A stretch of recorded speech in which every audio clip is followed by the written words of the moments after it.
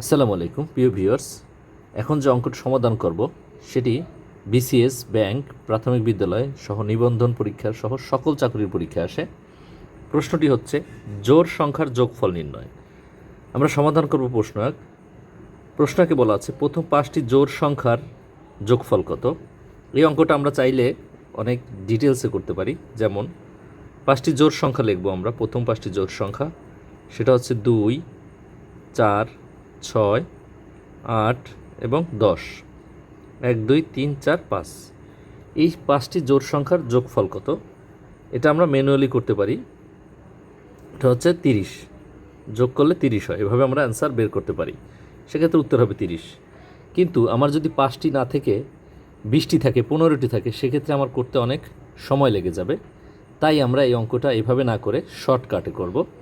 সেটা হচ্ছে যখন 5টি জোড় সংখ্যা বলবে তখন আমরা 5-এর বর্গ করব এবং এর সাথে 5 যোগ করব।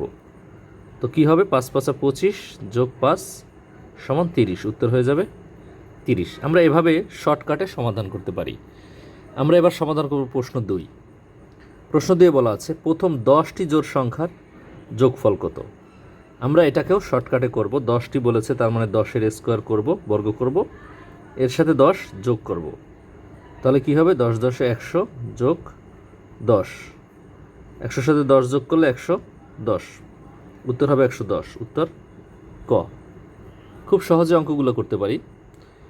সমাধান করব প্রশ্ন 3। এখানে বলা আছে প্রথম কটি জোড় সংখ্যার যোগফল কত। আমরা একইভাবে ক এর বর্গ করব, এর সাথে ক যোগ করে দেব। উত্তর হবে ক এর স্কোয়ার যোগ ক।